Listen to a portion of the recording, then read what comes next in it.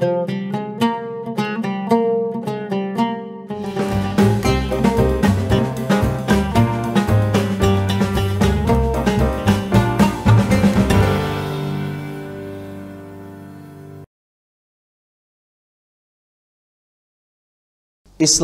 adalah agama rahmatan lil alamin.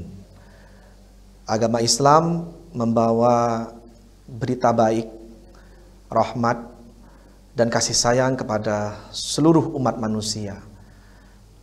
Islam juga meliputi semua aspek kehidupan manusia, termasuk di dalamnya Islam sangat memperhatikan tentang kehausan manusia akan keindahan, akan estetika, akan rasa, akan keindahan. Inilah maka kemudian Islam mengakomodir produk kebudayaan manusia yang bernama seni. Selama seni itu tidak bertentangan dengan nilai-nilai luhur agama dan nilai-nilai luhur kemanusiaan. Seni apapun itu, seni sastra, seni musik, seni rupa, seni arsitektur, dan lain sebagainya, oleh Islam diperlakukan sebagai fitrah kemanusiaan, bukan ditentang, bukan dilawan, tetapi diarahkan untuk sesuai dengan nilai-nilai kesucian. Karena pada hakikatnya seluruh aspek kehidupan manusia itu adalah suci.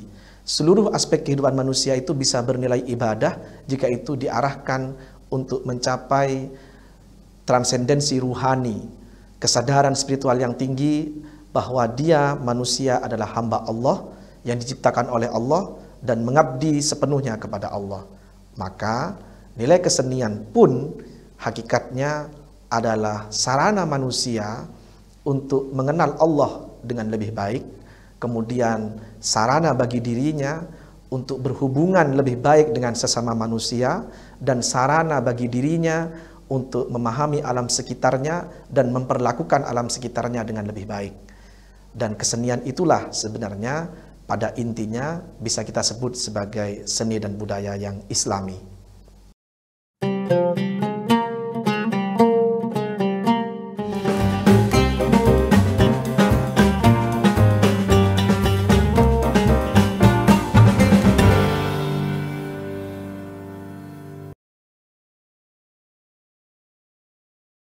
Bismillahirrahmanirrahim. Assalamualaikum warahmatullahi wabarakatuh. Pemirsa Jember 1 TV yang dirahmati Allah, Islam adalah agama yang fleksibel dan cakupannya pun sangat luas. Dalam Islam sendiri tidak ada pemaksaan ataupun keterpaksaan bagi umatnya. Maka dari itu segala aspek perlu dilihat dari berbagai sudut pandang. Salah satunya adalah bagaimana cara Islam menghargai seni dan kebudayaan. Sesuai dengan sistem penyebaran Islam di Indonesia, seni dan kebudayaan dianggap cara yang paling efektif dalam berdakwah. Melalui sistem tersebut, masyarakat lebih mudah memahami nilai-nilai keislaman melalui seni tanpa adanya kekerasan. Namun seiring perkembangan zaman, kebudayaan mulai muncul dengan berbagai jenis dan perkembangannya yang cukup signifikan, sehingga juga berdampak pada perkembangan Islam sendiri. Lalu bagaimana Islam sebagai agama yang memberikan rambu-rambu dalam kehidupan, memandang seni dan kebudayaan? Untuk membahas tema kita terkait seni dan budaya Islam lebih dalam, telah hadir bersama saya di studio kali ini seorang narasumber, yakni Sekretaris Majelis Ulama Indonesia Jember, Ustadz Ahmad Badrus Solihin MA. Kita akan sapa terlebih dahulu pemirsa.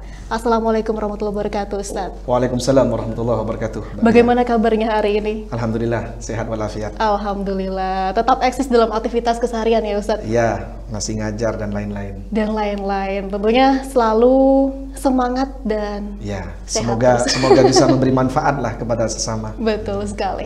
Nah Ustadz, ini terkait dengan tema kita yang cukup menarik pada episode kali ini mengenai seni dan budaya Islam. Sebenarnya bagaimana Islam ini memandang seni dan kebudayaan khususnya pada hari ini? Kami persilahkan Ustadz untuk memberikan pemaparan. Ya.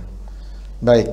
Assalamualaikum warahmatullahi wabarakatuh. Waalaikumsalam. Bismillahirrahmanirrahim. Alhamdulillahirabbil alamin. Wassalatu wassalamu ala asyrafil anbiya'i wal mursalin sayyidina Muhammadin wa ala alihi washabihi ajmain, amma ba'du. Hadirin dan pemirsa di studio, hadirin di rumah dan pemirsa di studio, Islam adalah agama yang universal. Dalam artian Islam tidak hanya dibatasi oleh satu tempat dan satu konteks waktu atau zaman saja. Islam meliputi semua bangsa, semua suku, semua budaya yang ada di dunia ini. Islam juga meliputi semua aspek kehidupan manusia. Jadi, bagi Islam, kehidupan manusia itu sebenarnya adalah bersifat suci. Dalam artian, segala tindak laku, ucapan, aktivitas, pekerjaan dari manusia itu bisa bernilai ibadah senyampang itu diniatkan memperoleh ridha Allah Subhanahu wa taala. Oleh karena itu, Islam sebagai agama juga sebagai panduan moral dan nilai-nilai bagi kehidupan itu mencakup juga semua aspek kehidupan manusia, termasuk di dalamnya soal seni dan budaya tadi. Lalu seperti apa Islam memberi pedoman atau rambu-rambu terhadap kesenian? Apakah benar Islam itu anti kesenian? Apakah benar Islam itu melarang ekspresi kesenian tertentu? Nah, ini kita harus melihatnya secara cermat ya. Dari apa yang saya pahami selama ini, bahwa para pemikir, para ulama Islam yang concern berbicara tentang budaya dan kesenian itu sebagian besar adalah para ulama di bidang tasawuf dan filsafat atau falsafah. Mengapa demikian?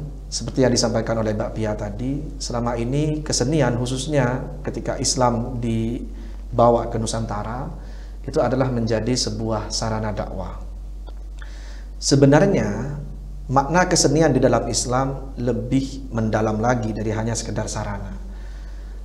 Jadi bagi sebagian ulama atau bahkan mungkin mayoritas ulama sufi, kesenian itu adalah sesuatu yang memiliki nilai spiritualitas. Artinya lewat kesenian sebenarnya manusia bisa mencapai pengetahuan yang tepat tentang Allah, bisa mencapai tingkat spiritualitas dan rohaniah yang tinggi di mata Allah.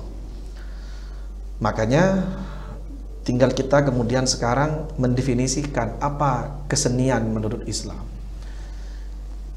Mbak Pia dan juga para hadirin dan para pemirsa sekalian, Islam memandang bahwa manusia memiliki potensi yang namanya rasa, al-hissu, asyu'uru. Jadi manusia itu sebenarnya kan multidimensi ya, tidak hanya terdiri dari aspek kognitif, tapi manusia juga punya aspek afektif, juga punya aspek psikomotorik. Manusia tidak hanya punya otak, punya pikiran rasional, tapi manusia juga punya jiwa rasa keindahan, akan keindahan. Para filosof menyebutnya estetika ya. Jadi paham atau seperangkat upaya manusia memahami keindahan. Dan perlu kita ingat bahwa ayat Allah di muka bumi ini tidak hanya ayat-ayat tertulis yang ada dalam kitab suci, tapi juga alam semesta ini adalah ayat-ayat Allah yang tidak tertulis. Kita tahu bahwa selama ini kesenian dalam segala bentuknya, misalkan seni rupa, kemudian sastra, kemudian seni pertunjukan, seni musik misalkan ya, yang sangat luar biasa ini, itu adalah bagian dari manusia, bagian upaya dari manusia untuk memahami alam sekitarnya dengan lebih baik dan kemudian mengekspresikan rasa keindahan pada dirinya. Dan kita juga tahu bahwa lewat kesenian manusia itu memperhalus budinya, memperhalus akhlaknya, memperhalus tingkah lakunya. Lewat kesenian juga manusia kemudian bisa membangun peradaban. Oleh karena itu Islam sebenarnya tidak pernah bertentangan dengan kesenian. Senyampang kesenian itu juga tidak menyimpang dari nilai-nilai luhur kemanusiaan atau dari asas-asas yang menjadi dasar dari pembentukan peradaban manusia. Misalkan Islam sebenarnya tidak melarang seni rupa ya, seperti lukisan dan lain-lainnya. Selama lukisan itu atau juga mungkin seni pahat patung misalkan ya, selama itu tidak dijadikan berhala atau mengalihkan fokus atau konsentrasi manusia dari Tuhan kepada benda. Nah, sebenarnya kan selama ini pemberhalaan itu terjadi karena manusia menganggap bahwa dirinya tanpa kekuatan Tuhan, tanpa bantuan Tuhan bisa melakukan apapun, bisa merekayasa apapun. Dia tidak butuh Tuhan dalam kehidupannya misalkan. Nah, asalkan proses kreatif itu tidak mengarah kepada pemberhalaan, tidak masalah sebenarnya. Termasuk dalam seni musik. Kita tahu bahwa agama sangat menekankan tentang kesucian manusia, kesucian aspek jasmani dan kesucian aspek rohani. Oleh karena itu, agama sangat menjaga harkat dan martabat kemanusiaan. Salah satunya misalkan agama melarang ketelanjangan. Ya. Gak boleh itu, pornografi, pornoaksi itu dilarang oleh agama. Oleh karena itu, selama musik, begitu juga misalkan seni tari atau seni-seni yang lain, tidak mengarah kepada pornografi, tidak mengarah kepada ajakan berbuat maksiat, isinya atau nilai-nilai yang diajarkan, yang dibawa di dalam lagu-lagu, di dalam karya sastra, misalkan puisi, novel, itu tidak mengarah kepada kebobrokan moral, ya. Tidak mengarah kepada ajakan untuk melakukan perbuatan tercela, kemesuman, ya, pornografi, pornoaksi dan lain-lain itu, maka musik itu bukan sesuatu yang buruk dari sisi agama. Oleh karena itu sebenarnya yang paling penting adalah bagaimana kesenian itu tidak bertentangan dengan nilai-nilai luhur agama dan nilai-nilai luhur kemanusiaan. Jadi kalau ada pertanyaan, apakah benar Islam itu melarang musik? Dilihat dulu musik yang seperti apa. Apakah hanya musik Timur Tengah yang boleh? Dilihat dulu. Kita juga tahu bahwa di Timur Tengah itu ada musik yang isi lagu-lagunya itu adalah hal-hal erotis, hal-hal yang maksiat, dan kemudian biasanya diiringi dengan belly dance, misalkan ya, dengan tari perut, yang itu jelas maksiat. Nah, kalau yang begitu, walaupun di Timur Tengah, walaupun berbahasa Arab, ya tetap tidak boleh. Sebaliknya, musik-musik khas Nusantara, yang bahkan beberapa di antaranya menurut catatan sejarah, itu diciptakan oleh para wali, misalkan seperti gamelan, ya, atau musik-musik hadrah yang berkembang di sini, yang itu awalnya dibawa dari Timur Tengah kemudian mengalami proses akulturasi di sini. Nah, itu tidak masalah sebenarnya, apalagi kalau kita tahu bahwa isinya adalah ajakan-ajakan tentang moralitas, ajakan-ajakan tentang berbuat baik, ajakan-ajakan untuk menghargai manusia, ajakan-ajakan untuk menjauhi perbuatan buruk. Juga termasuk di dalamnya misalkan lagu-lagu yang berisi kritik sosial. Saya sangat suka sekali dengan lagu-lagunya Mas Iwan Fals misalkan, ya. Lagu-lagunya Iwan Fals itu yang mayoritas adalah berisi tentang kritik sosial, ya. Ajakan kepada kita untuk peduli kepada penderitaan masyarakat, penderitaan wong cilik. Wah, itu luar biasa sekali. Begitu juga musik-musiknya Rhoma Irama misalkan, yang penuh dengan ajakan dakwah. Ketika berbicara tentang cinta, itu pun bukan cinta birahi, tapi bagaimana memperoleh cinta dalam harkat dan martabat kemanusiaan. Saya kira tidak masalah juga. Begitu juga dengan puisi. Kita tahu bahwa di dalam Al-Quran ada surat Asy-Syu'ara, dan dalam akhir surat itu ada penjelasan tentang atau kecaman, ya. Al-Quran mengecam para penyair yang digambarkan wahum fi kulli wadi yahimun. Mereka itu di lembah-lembah, ya, itu seperti meracau gitu, ya, seperti ngomong nggak jelas begitu. Itu sebenarnya akan terkait dengan kebiasaan di zaman jahiliyah, di mana para penyair itu isinya adalah memuji minuman keras. Puisinya disebut khamriyat. Kemudian mereka juga berisi hal-hal cabul atau porno tentang perempuan. Mohon maaf ya Mbak Pia. Jadi penyair-penyair jahiliyah dulu itu kalau bikin puisi bagus-bagus sekali, termasuk dalam menggambarkan tubuh perempuan, yang sampai menimbulkan imajinasi seperti kita melihat pornografi gitu. Saking saking binalnya, ya, penggambaran dalam puisi-puisi jahiliyah. Nah, inilah yang dikecam oleh Al-Quran. Termasuk di dalamnya ada puisi-puisi di sana namanya puisi rotha atau ritha, ya. Itu puisi yang berisi ratapan. Ketika ada orang yang dicintai meninggal, kemudian meratap sampai luar biasa sekali, berlebih-lebihan sekali gitu, sehingga seakan-akan menyalahkan takdir dan seterusnya. Itu di zaman jahiliyah, di zaman pra Rasulullah Muhammad SAW. Dan efeknya atau apa namanya ya, residunya, sisa-sisanya itu masih ada di zaman Rasul.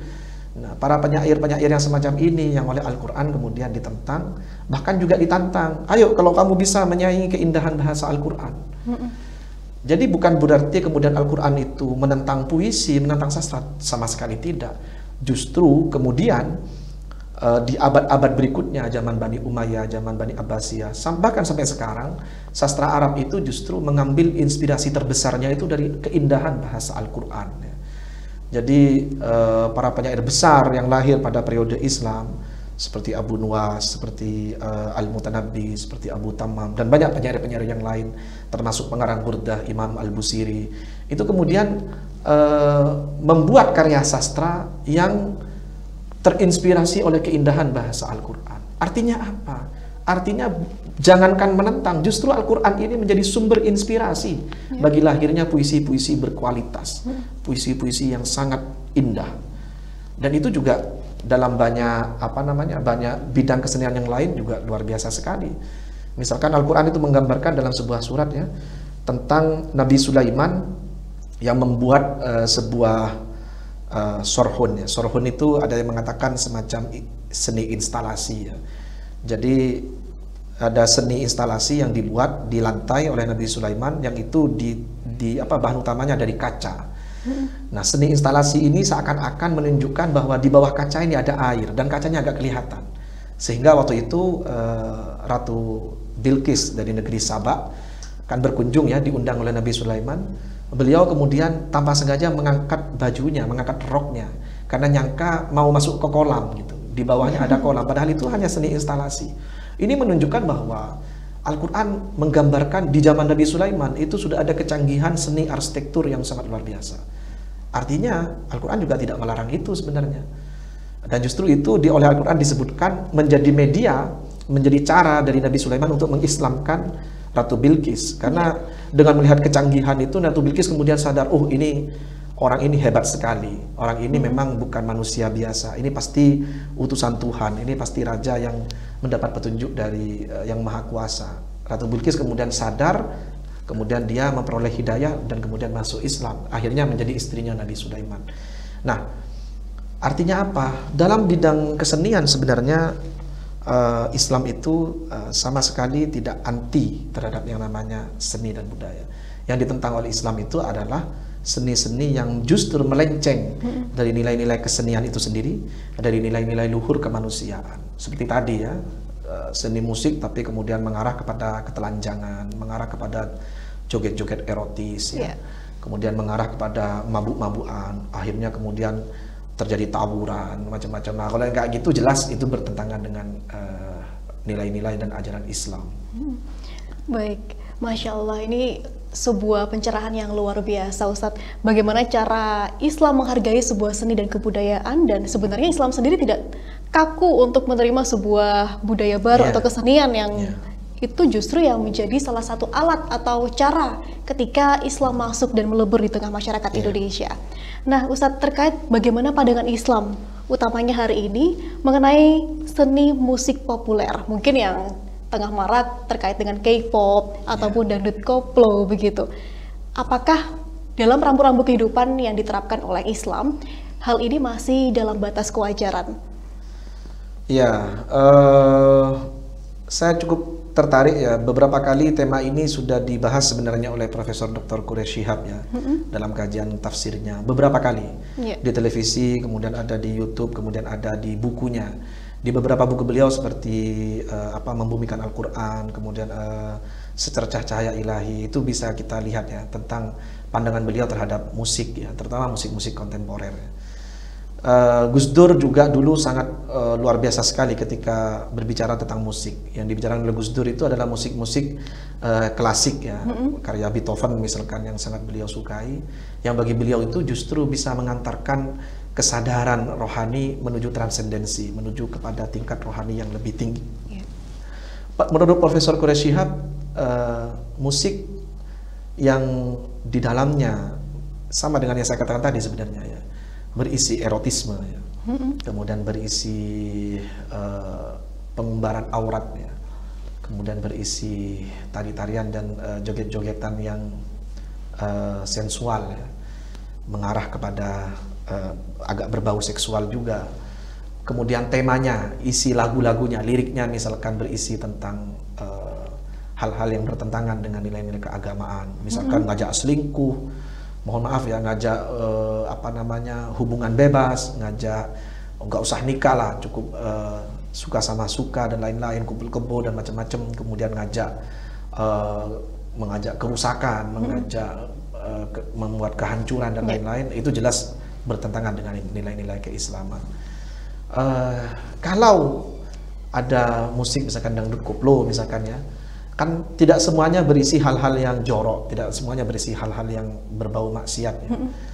Jadi ada bagian-bagian lagu-lagu tertentu yang justru misalkan mengajak kita untuk menjadi orang yang setia, mengajak kita menjadi orang yang sabar, yang tabah, mengajak kita menjadi orang yang bersyukur misalkan karena diberi oleh Allah istri yang baik, istri yang sholihah gitu misalkan. Mengajak kita untuk semangat sebagai pemuda, untuk mengejar cita-cita, memenuhi harapan orang tua dan masyarakat. Saya kira agak masalah sebenarnya. Saya tidak begitu mengikuti K-pop sebenarnya, tetapi bagaimanapun juga kita melihat bahwa K-pop ini kan sudah menjadi gejala global ya, sudah menjadi tren global, menjadi viral di mana-mana. Beberapa artisnya kemudian menjadi penguasa di media sosial dan lain-lain. Saya kira saya tidak paham bahasa Korea juga ya. Jadi tidak semua musik yang dari barat, entah yang di Korea, entah yang dari India misalkan dan lain-lain itu berisi hal-hal yang negatif ya. Banyak juga yang berisi hal-hal yang positif yang dalam hemat saya ya sebenarnya tidak bertentangan dengan nilai-nilai Islam. Misalkan ada lagu yang sangat saya suka ya, misalkan lagunya Elvis Presley ya, Can't Help Falling in Love itu misalkan, itu kan lagu yang dia ciptakan untuk istrinya, yang dia menunjukkan bahwa dia rela melakukan pengorbanan, rela berbuat apapun untuk kebahagiaan orang yang dia cintai itu. Kemudian ada lagunya Eric Clapton yang dia ciptakan untuk istrinya juga yang berjudul Wonderful Tonight ya.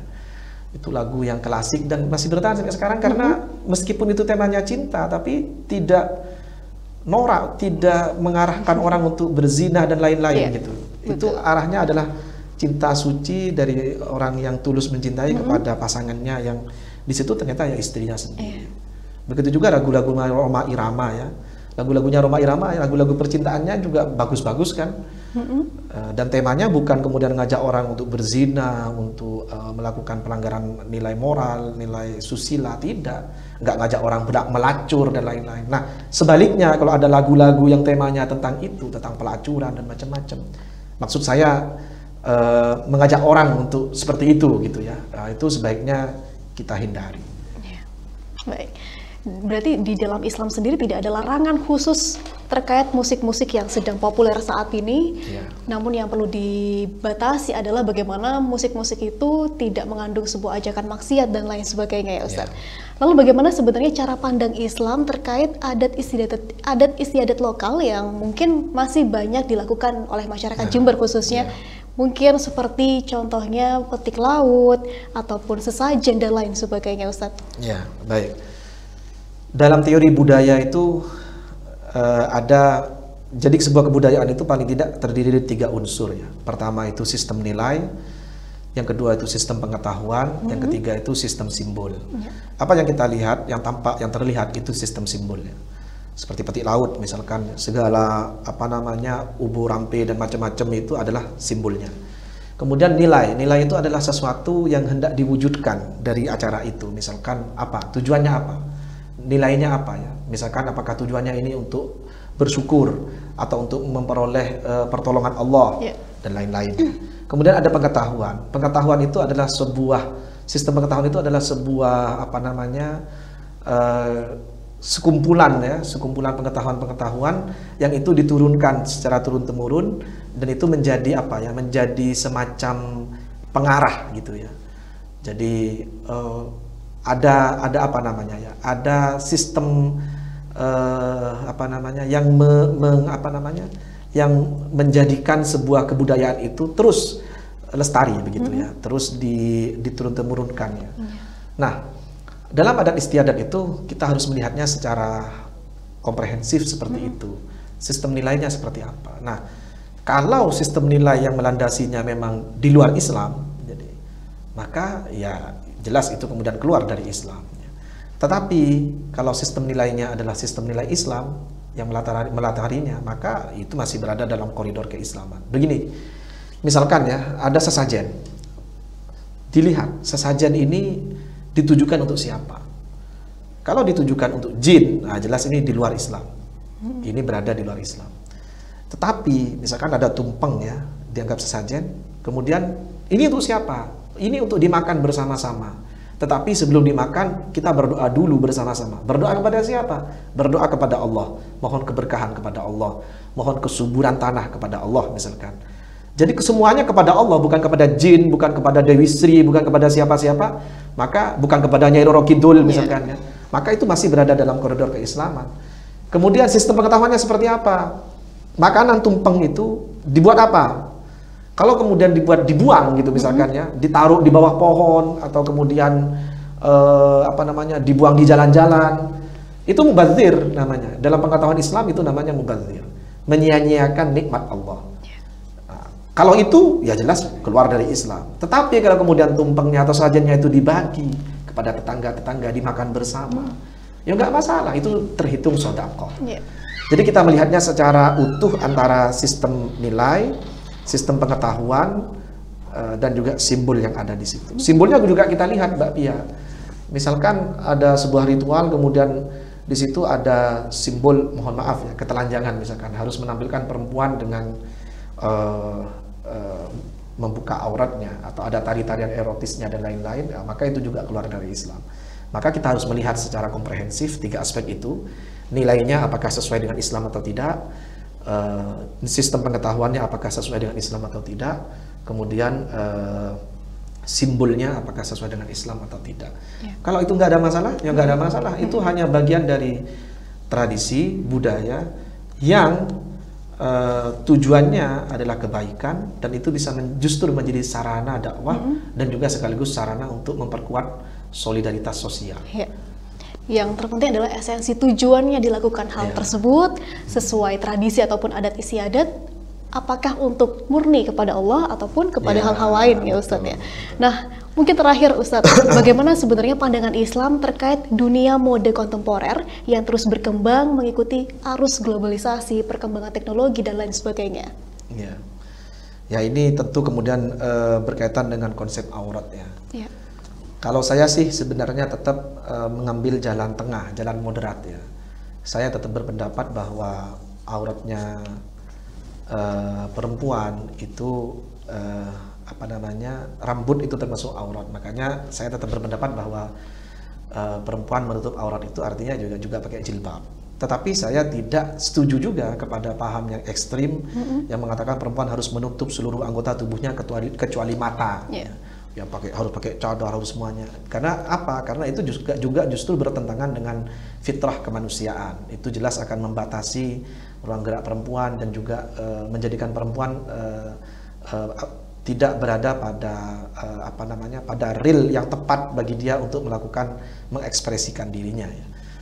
Jadi, tapi saya juga tidak sepakat kalau ada yang mengatakan bahwa yang namanya aurat bagi perempuan atau baju muslim bagi perempuan itu yang penting pantas. Jadi walaupun mohon maaf memperlihatkan kaki, memperlihatkan rambut, memperlihatkan lengannya itu dianggap tidak apa-apa. Nah, saya juga tidak sepakat dengan itu. Jadi terkait dengan dunia mode ini, alangkah baiknya menurut saya dikembangkan mode busana muslim ya, yang tepat, yang bisa menjawab tantangan zaman juga. Tentu saja harus mengikuti tren dan selera anak-anak milenial ya. Nah, zaman dulu, zaman nenek-nenek kita gitu, mungkin modenya kan masih pakai kebaya, pakai jarit, pakai macam-macam. Nah, sekarang mungkin sudah bergeser kepada mode yang lain. Artinya begini, dunia mode itu juga Islam juga tidak anti terhadap dunia mode. Mode itu juga bagian dari kesenian gitu ya. Asalkan dia tidak melanggar nilai-nilai luhur keagamaan dan kemanusiaan. Seperti tadi masalah aurat. Selain itu, selama ini kan juga ada nih kadang-kadang ya dalam karnaval atau dalam pentas mode tertentu, laki-laki berpakaian perempuan, misalkan perempuan berpakaian laki-laki. Nah, ini juga tidak sesuai dengan ajaran Islam ya. Nah, ini seharusnya kita hindari. Terutama Jember yang terkenal sebagai kota karnaval ini harus menghindari ini ya. Jangan sampai karena ingin mengejar nama, mengejar prestis, mengejar citra ya, mengejar ingin supaya Jember ini dianggap eksis dan seterusnya, kemudian mengorbankan nilai-nilai kesopanan, nilai-nilai susila ya, nilai-nilai moral luhur yang diajarkan oleh agama dan leluhur kita. Toh dari dulu seni dan budaya itu sebenarnya oleh Islam ya, dijadikan sebagai senjata ampuh, tidak hanya untuk berdakwah, tidak hanya untuk mendakwahkan nilai-nilai agama, tapi juga untuk membangun masyarakat, membangun solidaritas sosial, membangun kekuatan ekonomi atau kemandirian ekonomi masyarakat. Jadi membangun keguyuban bersama. Nah, dulu para wali misalkan ya menggunakan wayang, menggunakan gamelan, menggunakan seni macopat, menggunakan kentrung dan lain-lain. Di zaman sekarang itu tetaplah ya, yang nilai-nilai luhur seperti wayang, gamelan dan lain-lain itu usahakan kita lestarikan, usahakan kita pertahankan. Tetapi kita juga tidak menutup mata bahwa anak-anak muda zaman sekarang kan sudah tidak lagi tertarik kepada yang begitu-begituan itu. Mayoritas kan tertariknya kepada budaya populer, kepada seni populer. Maka kesenian populer itulah yang harus dimasukkan ya. Nilai-nilai keislaman tadi, sistem pengetahuan keislaman tadi, simbolnya juga dipakai simbol keislaman. Misalkan dengan kalau yang perempuan ya berpakaian sopan dan menutup aurat gitu ya. Lirik-liriknya juga dibikin sesuai dengan nilai-nilai kesopanan, nilai-nilai kepantasan dan seterusnya. Jadi saya kira akhirnya seni dan budaya Islam itu sebenarnya bukan sesuatu yang mustahil. Jadi kalau ada orang bertanya apakah seni Islam itu hanya terbatas kaligrafi, apakah terbatas hanya hadrah terbangan, apakah hanya kiroah, apakah hanya seni berpuisi Arab misalkan. Ya tidak, karena Islam itu agama yang meliputi seluruh aspek kehidupan manusia. Maka aspek kesenian-kesenian yang selama ini kita anggap bukan seni agama, bukan seni Islam gitu, itu sebenarnya bisa menjadi seni Islam asalkan itu tadi, tiga hal tadi, sistem pengetahuan, sistem nilai, dan sistem simbolnya diisi dengan ajaran Islam. Ajaran Islam dan nilai-nilai keislaman tentunya Ustaz. Karena memang seni sebuah keindahan, tentunya agama atau Islam sendiri menghargai itu sebagai sebuah bagian dari kehidupan kita, dan asalkan tidak melebihi dari rambu-rambu yang telah ditentukan oleh agama, begitu Ustaz. Dan luar biasa, Masya Allah, Ustaz Asembun yang mudah-mudahan menjadi ilmu barokah bagi kita semua Ustaz Badrus, dan terima kasih telah memberikan kami ilmu. Semoga Ustaz Badrus terus diberikan pahala. Amin. Karena dengan tulus menyampaikan ayat-ayat Allah. Dan pemirsa, demikian tadi Ustaz Asembun dalam episode kali ini. Sampai jumpa dalam episode selanjutnya. Saya Tia Midiana mohon undur diri dari hadapan Anda. Terima kasih atas kebersamaannya. Akhir kata, wallahumma muwaffiq ila aqwamit thoriq. Wassalamualaikum warahmatullahi wabarakatuh. Waalaikumsalam warahmatullahi wabarakatuh. Matur nuwun Ustaz.